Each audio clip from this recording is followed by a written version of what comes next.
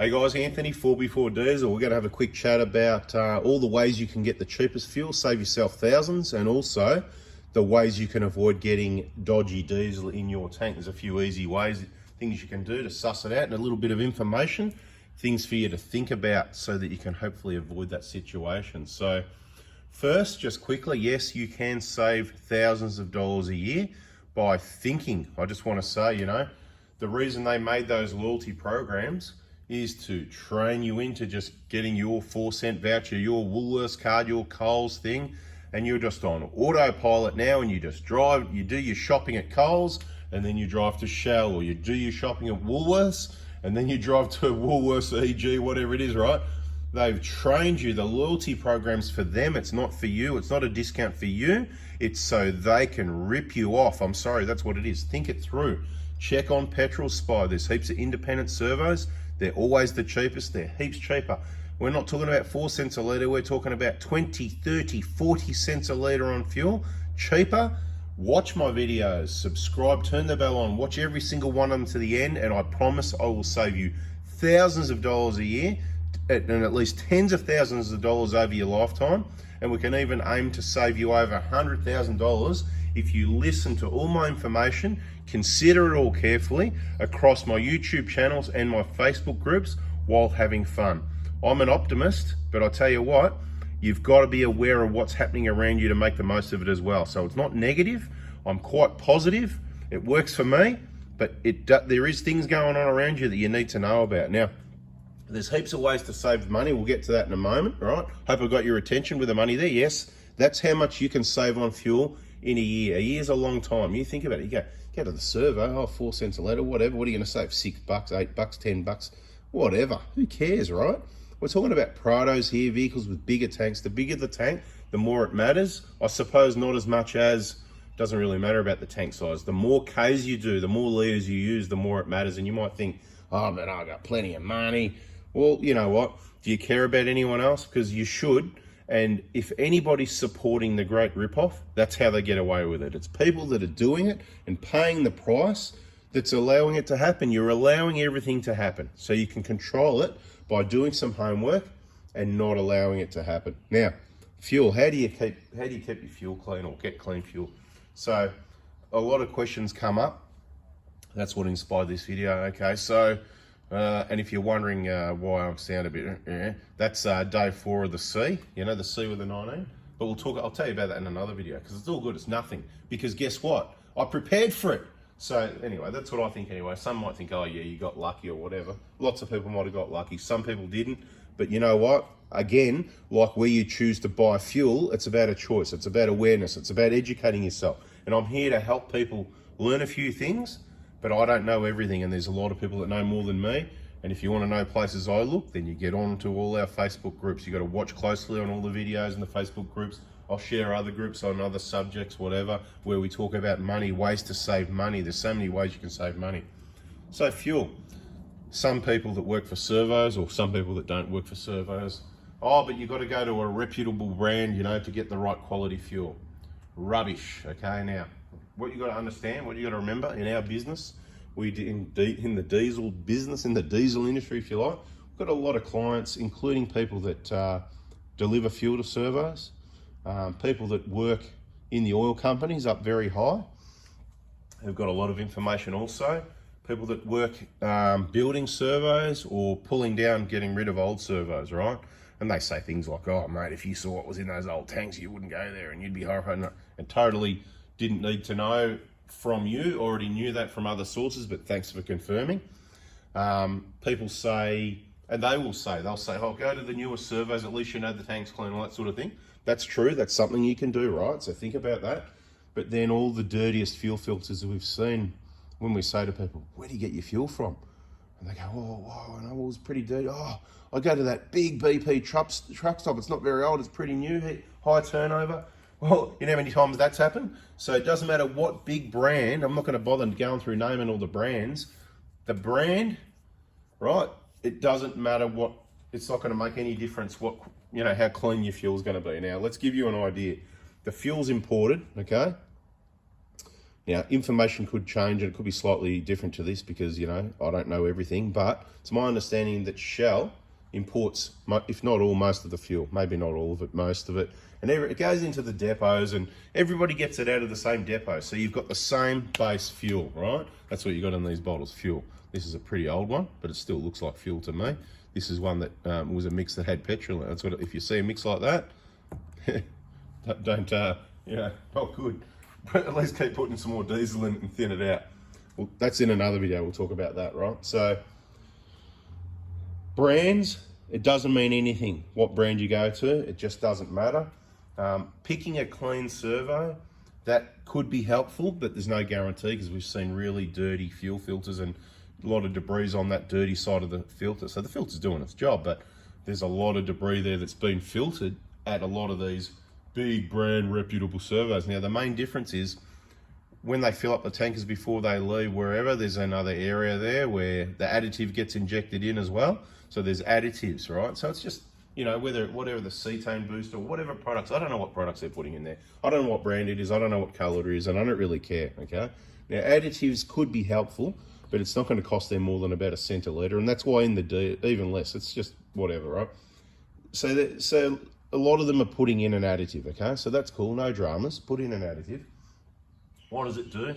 We don't really know, to be honest, because you know what? I get that many people, including myself, reporting different results. Oh, I use BP because I get better economy, it goes further on the tank.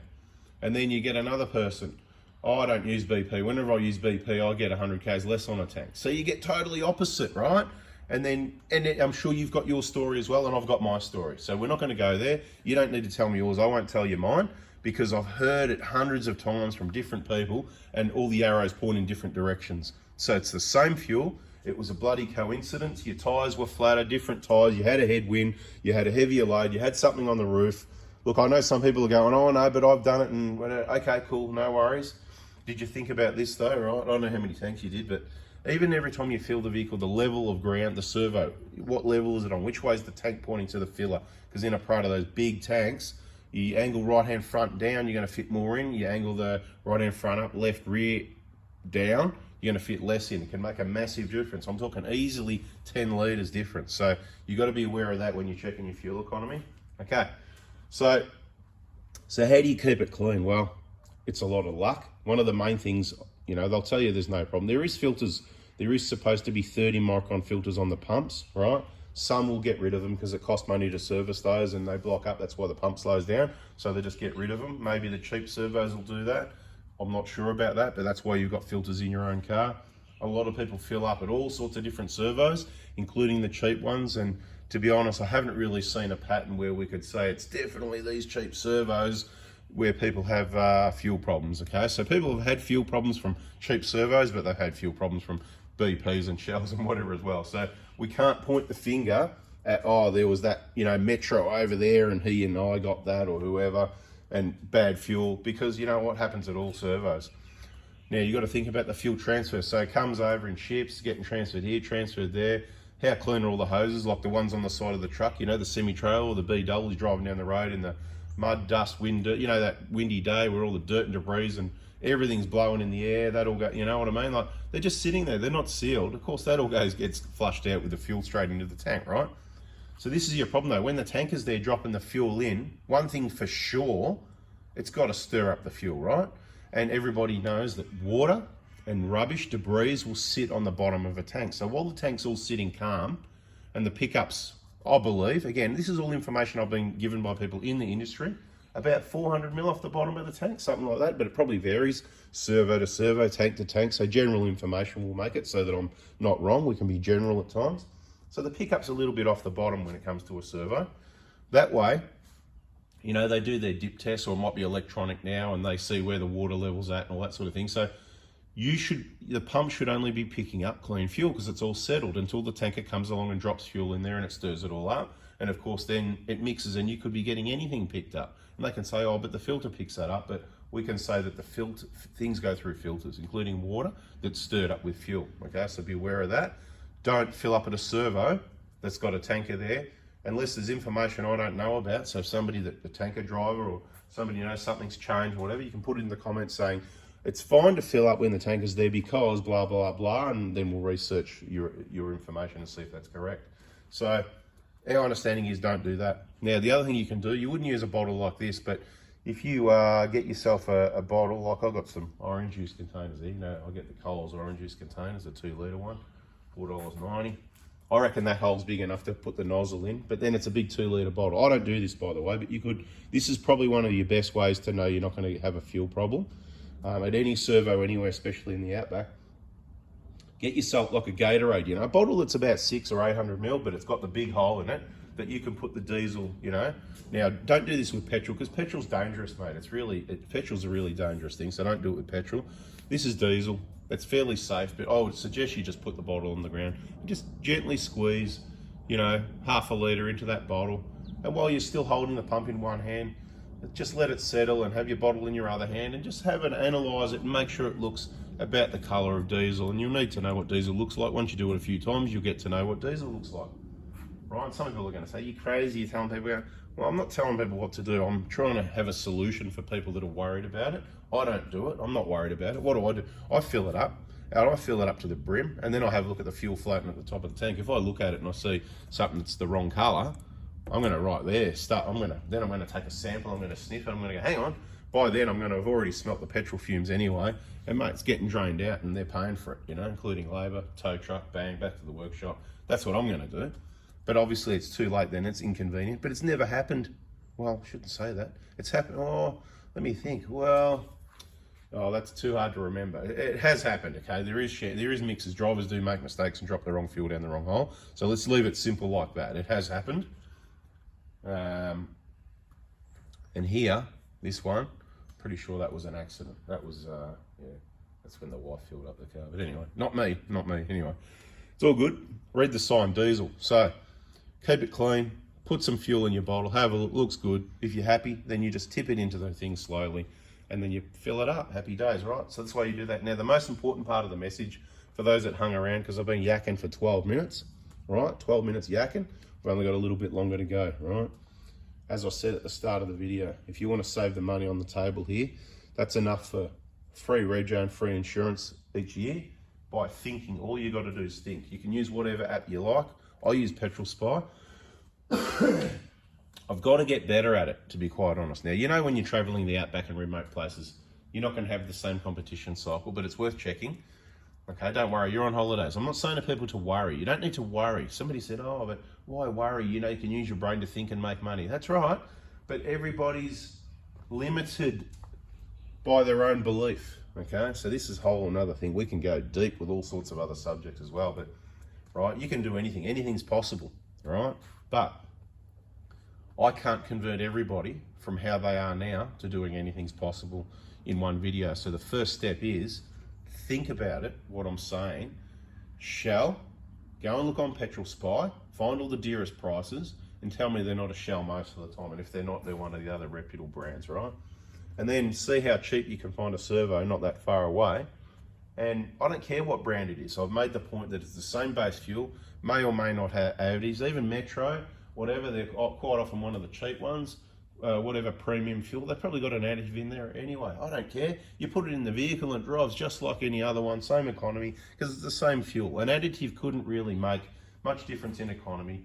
So that's what I'm saying. With all these arrows shooting different directions, I always think it's got to be another reason why somebody used that tank and they got that bad economy. It's probably another reason, to be quite honest, okay?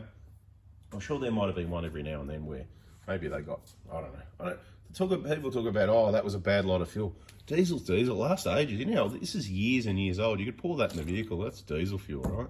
That's a mess because that's got petrol in it and petrol's bad, all right?